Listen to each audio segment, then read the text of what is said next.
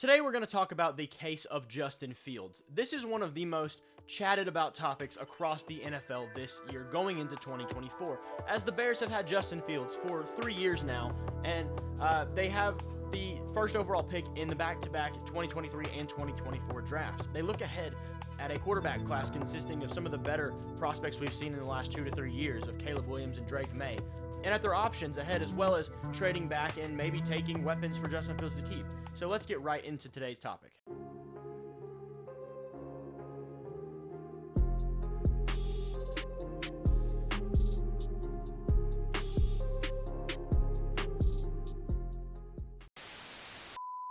Justin Fields has obviously been a huge talking point throughout this season and going into next. With them having the first overall pick, I think this will be a very interesting topic for today, so I ask you to please stick around for the remainder of this video as I go into different aspects of what this situation looks like. Also, don't forget to hit that subscribe button and that like button to help my channel grow. I'm trying to hit 1,000 subs as soon as possible, and as soon as I get there, I will do another jersey giveaway just like I did at 500 subs. Either way, let's get right into this video.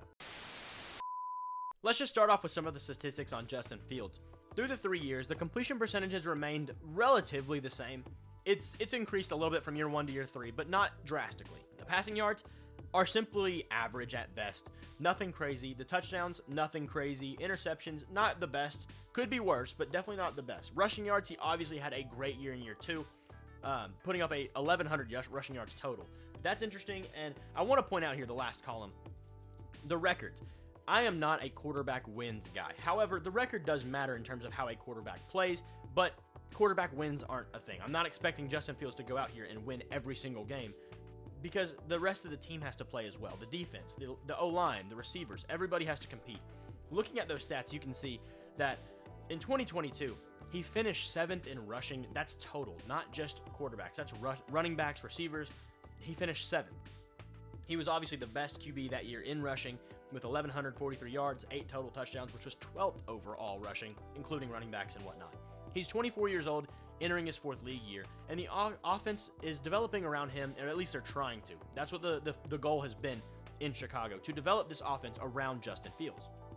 He has locker room support from a lot of players. You've seen DJ Moore and other players, Raquan Smith, a former teammate, talking about how he's a guy in that locker room that people look up to.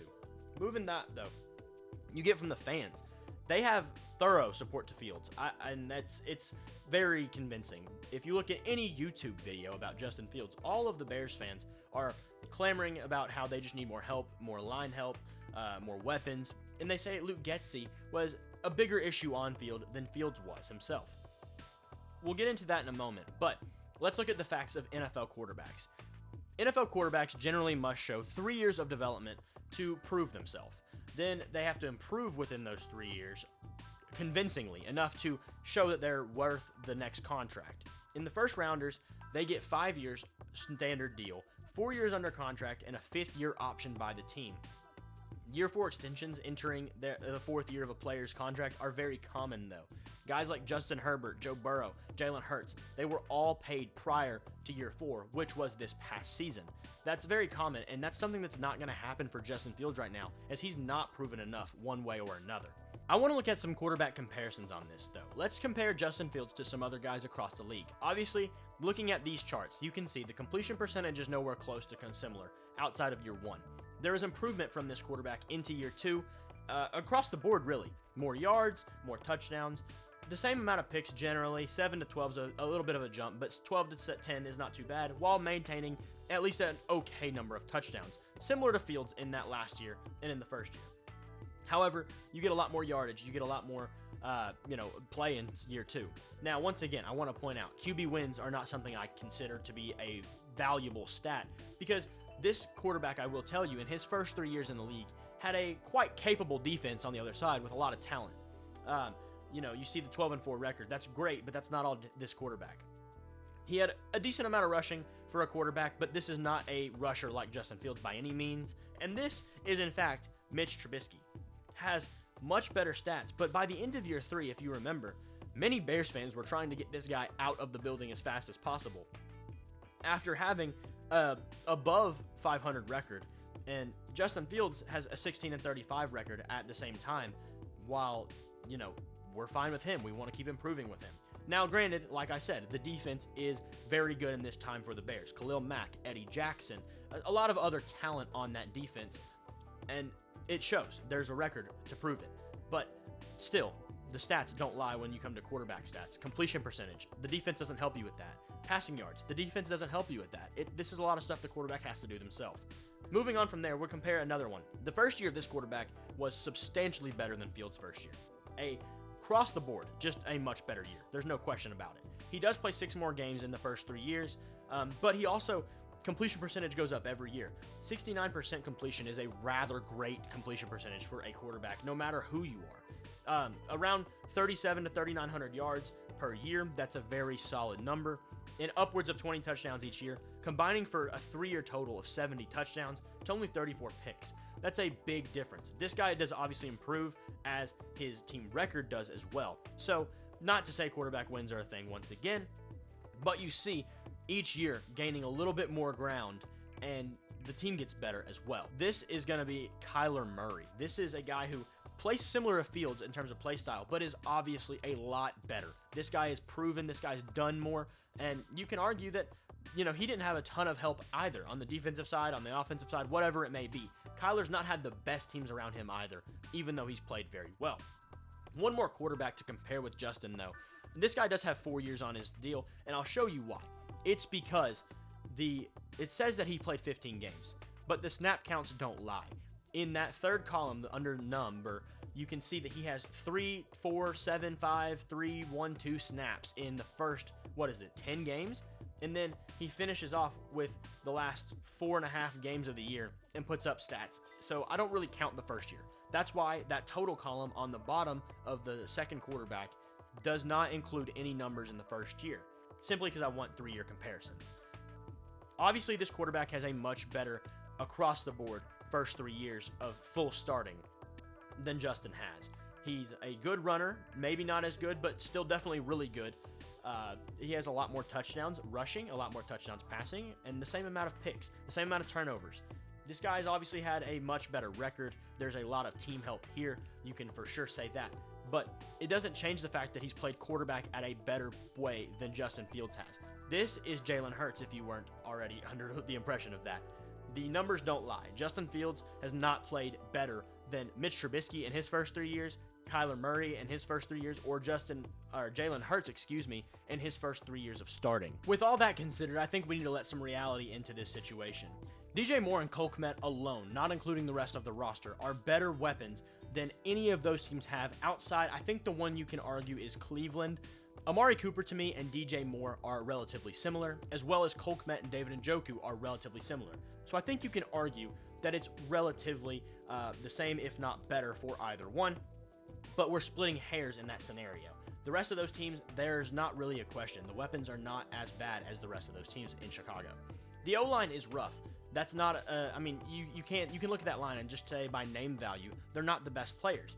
However, Fields does not help this case whatsoever. He has the best time to throw out of any starter in the league this season, almost 3.5 seconds of time. Yes, he's able to scramble, get around, make some things happen, but that doesn't happen every single play.